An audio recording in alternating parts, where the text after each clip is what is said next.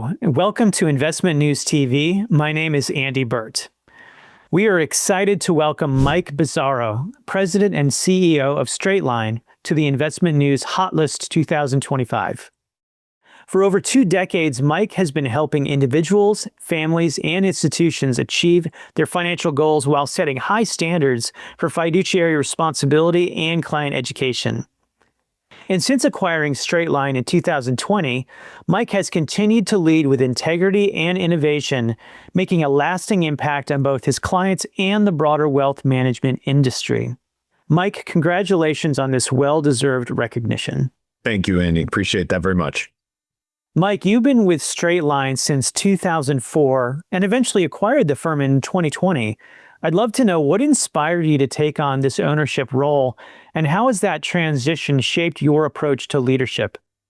It is something that I think I really wanted to do from my earliest days as an advisor, as I became a little more comfortable in the industry, and I saw what could be done in a leadership role.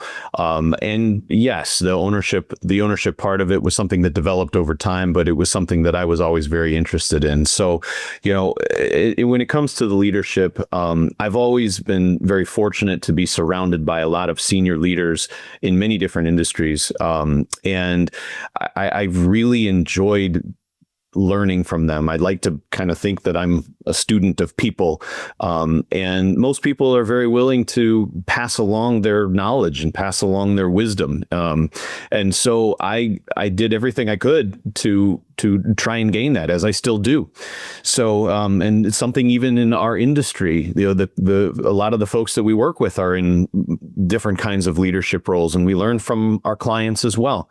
So over time, I became a little more comfortable with that idea and really felt more confident that the experiences that I'd had, both good and bad, could really shape a lot of the ways that I wanted to move forward as a leader. So when Elizabeth and I, my wife, who works with us in the firm as well, when we were in a position to do it, the timing was right as our founders were looking to transition into a little bit different role. We had the opportunity to put it together. It was a challenging thing, but a very rewarding thing. And it's something that continues to be rewarding to this day. That's incredible. Thank you for sharing that, Mike. And I'm sure that since 2004, that's a lot of wisdom to have accumulated in that experience. And Straightline is known for serving both individual investors as well as institutional clients like universities and corporations. My question for you is, how do you balance those two sides of the business while maintaining consistent client experience? Yeah. Well, I think in many ways, we don't really look at it as two sides. I think it's just different applications of the process that we are following with the individuals that we work. So, educating people is such a fundamental core of what we do that really our work with universities, corporations, really employers of all types is centered on financial wellness and financial education. And those conversations are no different than the lessons that we are teaching the individuals with whom we work. So we love doing that because it's a way to apply it in a broader sense. And we have found that it's actually helping the employers. A lot of the stuff that we have really been working on over the last years, we've been incorporating more of the what I'll term in general that financial wellness side. It's helping employee satisfaction, even for other employers. So, when we work with employer groups or universities, we're not really providing a lot of the employer-based work that some people might be picturing, right? The consulting or the sale of retirement plans in general. We don't actually do that. So that actually allows us to work with a lot of consultants on the outside. And we believe that there's a lot of power actually for an employer to have those roles separate, right? To have two different fiduciaries that are doing two different things. And we can be a check on each other, and we can provide other insights and guidance for the employers. So, ultimately, at the end, what we're working with the individuals and families, and so the conversations that we are having don't change all that much if someone works at a university or if someone works at a corporation or wherever, a municipality or wherever it might be. We're working with the people. So the education and the wellness training and things that we do are simply extensions of those conversations. Mike, thank you for demonstrating how you connect those two worlds together. Let's stay with the financial literacy and education for a moment. You frequently present at universities and corporate events. I'd love to know, why do you think financial literacy and fiduciary education are so important in today's environment? Well, it's a subject that it is very intimidating for a lot of people. And it is something that, it's such a personal thing, and it's so important to the way that we all live our lives. But most people, frankly, are often kind of embarrassed by their lack of knowledge. And, there's a story, and I tell the story a lot when I'm speaking to groups, like you've mentioned. And I love doing this, where I sit in a room and I say, okay, everybody always thinks that everybody else has this figured out, and they're the only ones that don't have this figured out. And I said, all right, so look around. I said, and I kind of look around, and people start nodding a little bit. You can kind of tell. And I said, all right, look around. I said, that means that everybody else in this room believes that you are part of the group that has this figured out, and they're the only ones that don't. And I said, the point of this is just to demystify this world and take away, as best we can, take away those feelings that people have when they really struggle with this stuff just mentally. And that combined with, there's never been a time in history where there has been easier access to information, right? And so much of that information is just bad. And some of it is well-intentioned, and some of it, as we all know, unfortunately, is not.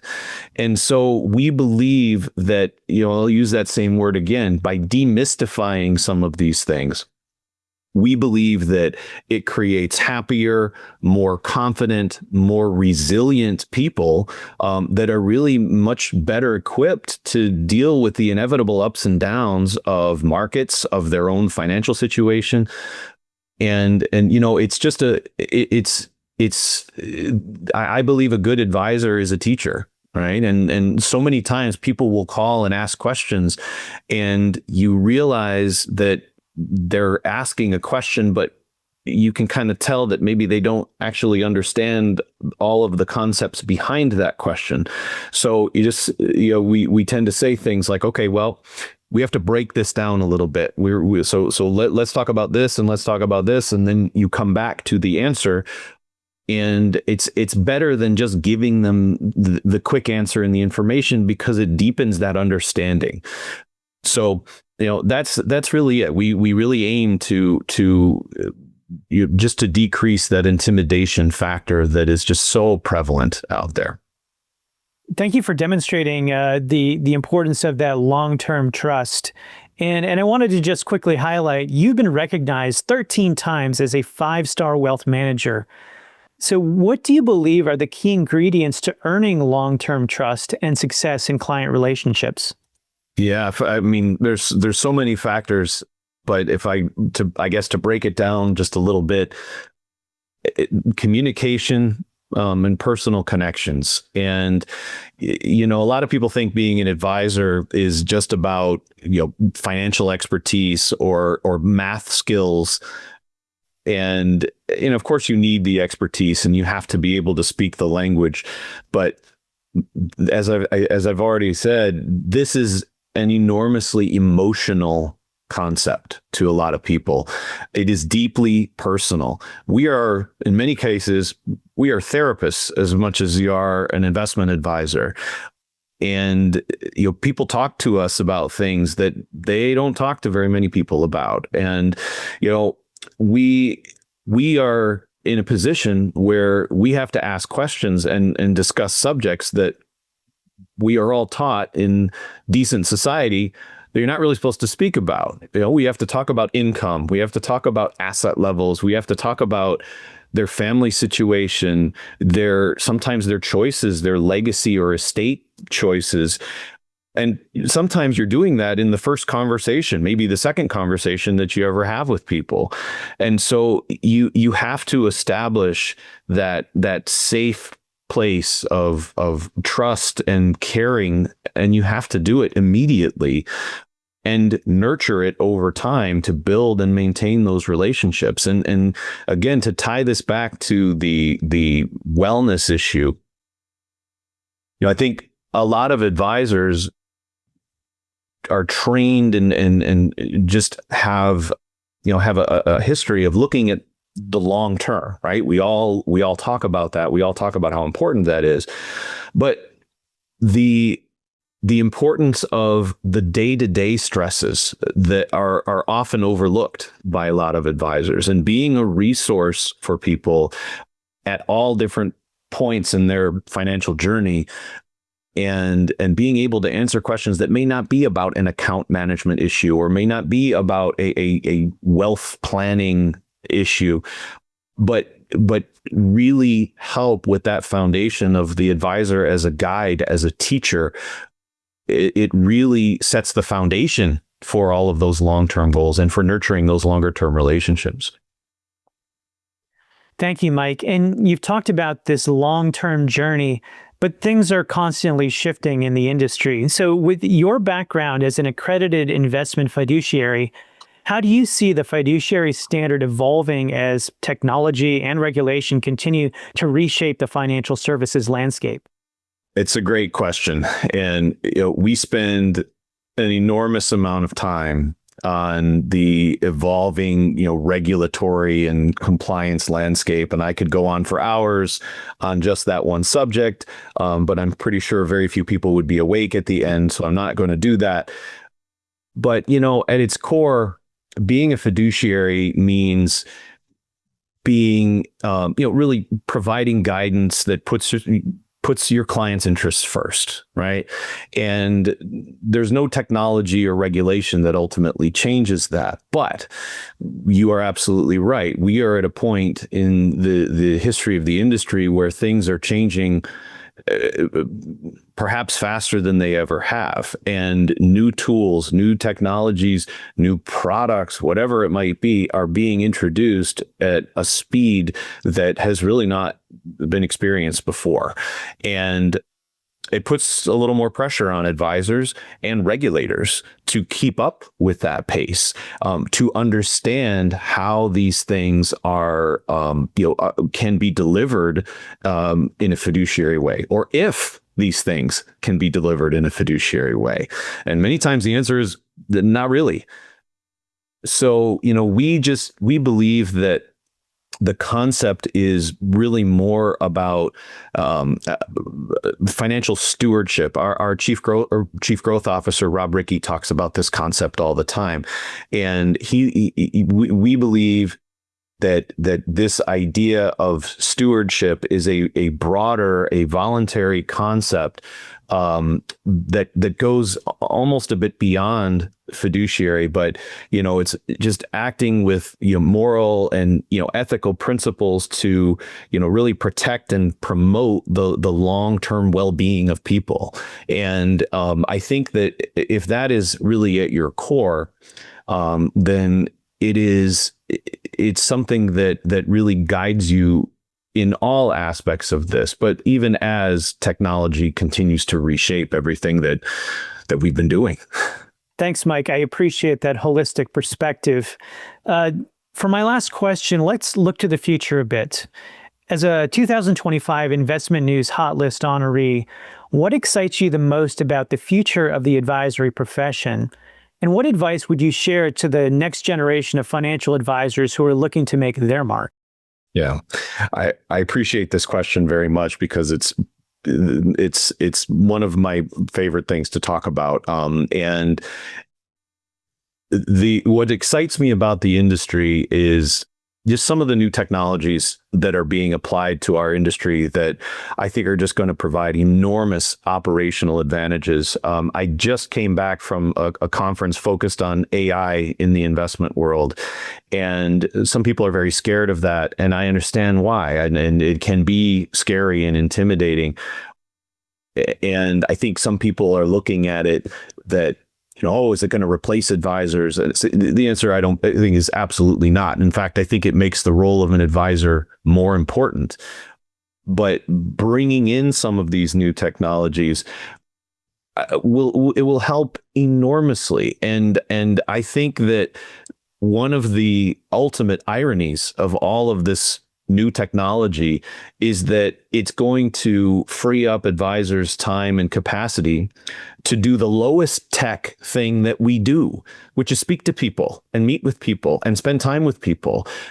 And providing, it's going to allow us to provide better guidance. And the other exciting thing is that the access to these tools has really been democratized across the industry. There was a time when only the biggest firms and the biggest names had these tools because they not the AI tools so much, but in the past, other investment tools, because they had the staff, the capacity, and the money to build them. Nowadays, what is available off the shelf to firms of all sizes can allow virtually anyone to access these tools and to really fine tune guidance and to do it in a consistent and approachable way for I believe an enormous amount of people, and I also believe there's an enormous amount of people that need the help and will continue to need the help and are looking for the guidance of an advisor. So I don't think people need to be scared of these new technologies. I think they need to learn about them and they need to understand how they can help and how they can benefit. And as for the advice on the next generation, this is another one that is kind of near and dear to my heart, and I do spend a good amount of time doing this, and I could go for so much longer again on this subject, but I think the best advice I can give to the next generation is come in. We need you. Okay. The industry needs you. There is a shortage of advisors right now, and it's going to get worse over time. Our industry is aging, and it's also, if I may say so, not exactly overflowing with diversity. So getting new voices into our industry is absolutely essential. And there has never been a better time, and there's never been more resources out there from direct programs inside of colleges and universities, which is where we spend a lot of our time speaking, but even outside of those tools that are, the licensing support, whatever it might be, just for financial education, there's an enormous level of availability of these tools to help people. And I would also advise people not just to focus only on finance. As I said a minute ago, you have to be able to speak that language, but it's about relating to people that are coming from very different points. And that includes politics, understanding how the political process works. I'm not talking about being hyper partisan or any of those kinds of things, but if you are talking about investments in today's world, you are talking about politics. There is no way to separate the two. And it doesn't, this isn't talking about whether it's good or it's bad. It's talking about how, what is most likely to happen, how is it most likely to impact things, and being able to have that conversation with people is very, very critical. I've always believed that studying psychology is an important part of it. Again, whether it's a formal degree process or just simply being out there and being willing to engage with people. right? And communicate with them. And I mean, in most cases, I mean verbal communication. There's room for written communication. There's room nowadays in our industry. We can text, we can do all of these things, and newer methods of communication are going to be important. But at the end of the day, you still need to be able to sit down across the table from people and speak. So being comfortable with that, and if you're not comfortable with that, there are resources for that too. There are courses you can take. There's all kinds of things, but that ability to communicate and connect with people, especially for people who are starting, you're going to be connecting with people who are older than you in most cases. That is still just a very, very critical part of our industry. So get in with a firm that's willing to teach you. I know that sounds obvious, but not all advisors are willing to do that. Advisors can often be a bit territorial when it comes to their relationships. They are fiercely protective of those relationships, and it's obvious why they need to be. And in most ways, that's a great thing, but it can be an impediment to really mentoring the next generation of advisors. So, there are always going to be challenges. I started right out of school, and this is something that I learned very, very quickly. Your age in our industry is it's a struggle at the very beginning. Not everybody wants to work with you right out of school, and that's okay. But your age in our industry goes from a liability to an asset and back. And so as a firm, we have to continually perpetuate ourselves by bringing in new voices. But I just think that it's a very exciting time for the industry. It's a very exciting time for new people coming into the industry. And I think that is going to expand. And just with all of these things that we've talked about today, and with all of these new tools and technology, and with more focus on the needs of a very broad group of people. Mike, great answers, and thank you for sharing your insights and experiences, and also just a call to action for the next generation of financial advisors. It's my pleasure, Andy. Thanks very much. Your dedication to education, the fiduciary excellence, and client success truly reflects the spirit of the Investment News Hot List. Congratulations again on this recognition, and we look forward to seeing what's next for you and Straight Line. Thanks very much. My name is Andy Burt, and we will see you next time on Investment News TV.